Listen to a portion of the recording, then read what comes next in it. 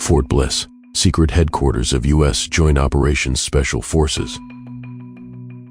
Stoney, I called you here to tell you about your grandfather. What's this about Bill Stone? His real name was George Irwin Jones.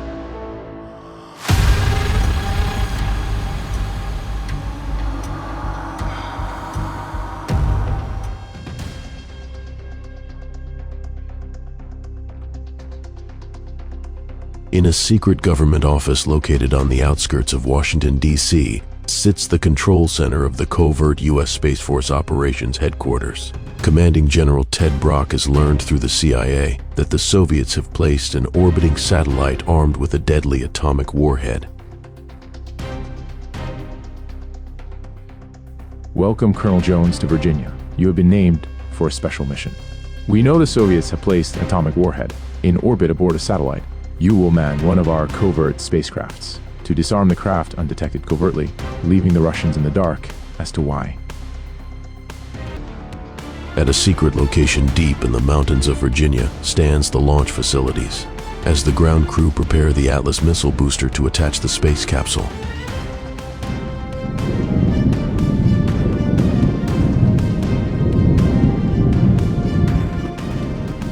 Capcom, all systems are A-OK. Over. The Atlas missile streaks across the boundaries of the upper atmosphere. Colonel Jones prepares the booster capsule separation firing procedures. Orbital path confirmed. Now setting course. With his course set to rendezvous with the Soviet missile satellite platform, he begins to sense an uneasy feeling. Lights. Malfunction guidance systems. I'm now switching to manual override. Why the rendezvous completed, Jones depressurizes his cabin and opens the sliding hatch. Easy now. I'm slowly closing in, firing retro thrusters. Jones gingerly positions his space capsule alongside the orbiting missile platform. Capcom, I'm prepared now to leave the capsule. Red light warning, radiation detected.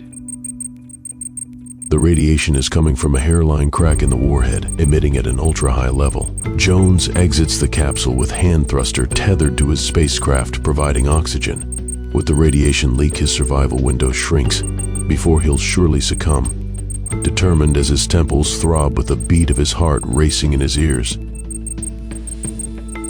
Capcom, I'm about halfway to my target. Weakly, he closes in on the platform, feeling his energy draining. He takes his shot.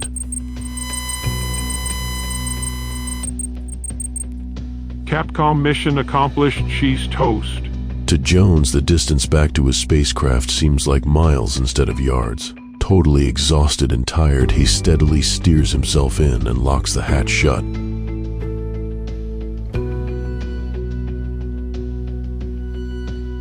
Jones fights off his passing out as he pilots his spacecraft for re-entry into the atmosphere. His capsule becomes engulfed in a fireball as he re-enters the dense Earth atmosphere.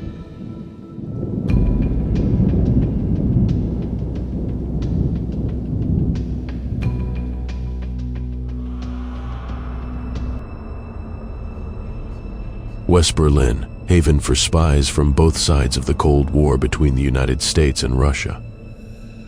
Late at night in West Berlin's seedier side of town, two KGB agents posing as West Berliners review their orders.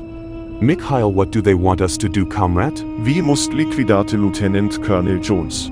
Unbeknown to the Americans, the KGB has planted a mole among the staff of General Brock, telling them all about Jones and his mission to destroy their Red Orbit atomic orbiting platform, and they want revenge. He's due to arrive next week, comrade. Now for the plans for the kill, Dmitri. Kosygin himself had ordered it done.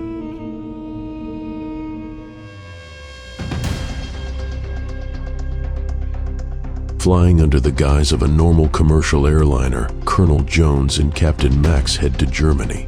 They are to attend a NATO meeting to discuss the Soviets' secret project to place offense weapons in space.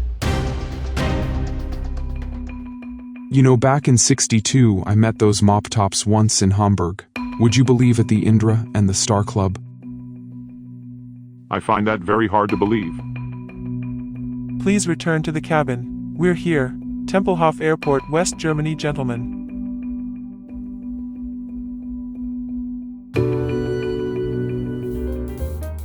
10 o'clock, the Hotel Mitzi. Central Berlin. Colonel Jones finds the hotel suite Captain Max arranged for their stay. What happened, Captain Max? Would you believe when I made the call? I remember I asked for a pristine suite. They must have thought that I said princess. Max?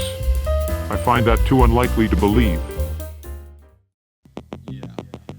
After briefing the NATO attendees of the conference as to the method used to disable the Soviet satellite, Jones informs the members that he has intelligence revealing Russian plans to continue with Red Orbit 2. And that concludes the briefing. Questions?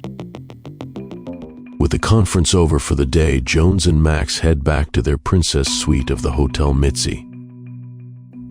Berlin. Would you believe that during 1964, I was here dating that NSA Agent 99? Boy, she wanted me. I let her down easy. I find that impossible to even try to believe. Jones, why don't you like me? I like you. Nobody likes you, Max. You get on my nerves. Besides, Agent 99 has way better taste in men. While on a rooftop across the street, The wind is very strong here.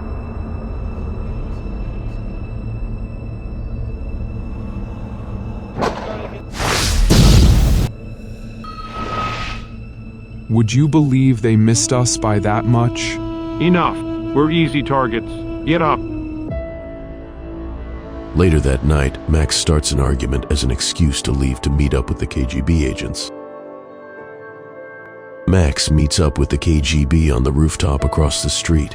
Full of anger towards Jones, he complains. So, he doesn't like you, Max. Well, we do not like you either. Is that right? Well, I can't take it.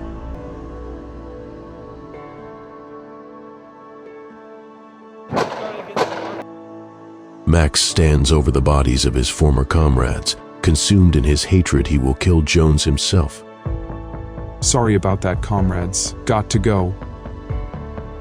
Well, Mole, how are your comrades? Well, I hope. How long have you known? On the jet. You were in Cuba in 1962, not Hamburg. Jones keeps his eyes focused on the reflection of the window before him, awaiting for the moment. You see, I worked with Agent 99 in 1964. She didn't like you. In fact, she felt pity. So, you're a real GI. Aren't you G.I. Jones? But not for long. Any last words, bum?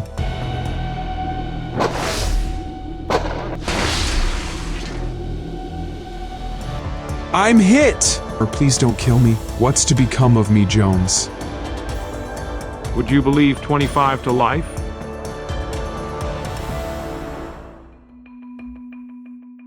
The KGB wouldn't give it up. Not ever. To them, it became necessarily personal. They'd try again and again and again. So we had to fake his death. We gave him a new identity, a new life. Thank you, sir. I'm glad you told me. You're welcome. Remember, it's classified. As General Stone walked alone down the corridor, his mind raced around with thoughts of confused disbelief. Although he knew his grandfather all his life, what he didn't know was about the life he had to leave behind. Where out there are the people of his grandfather's erased past life? He may never know, but that's life.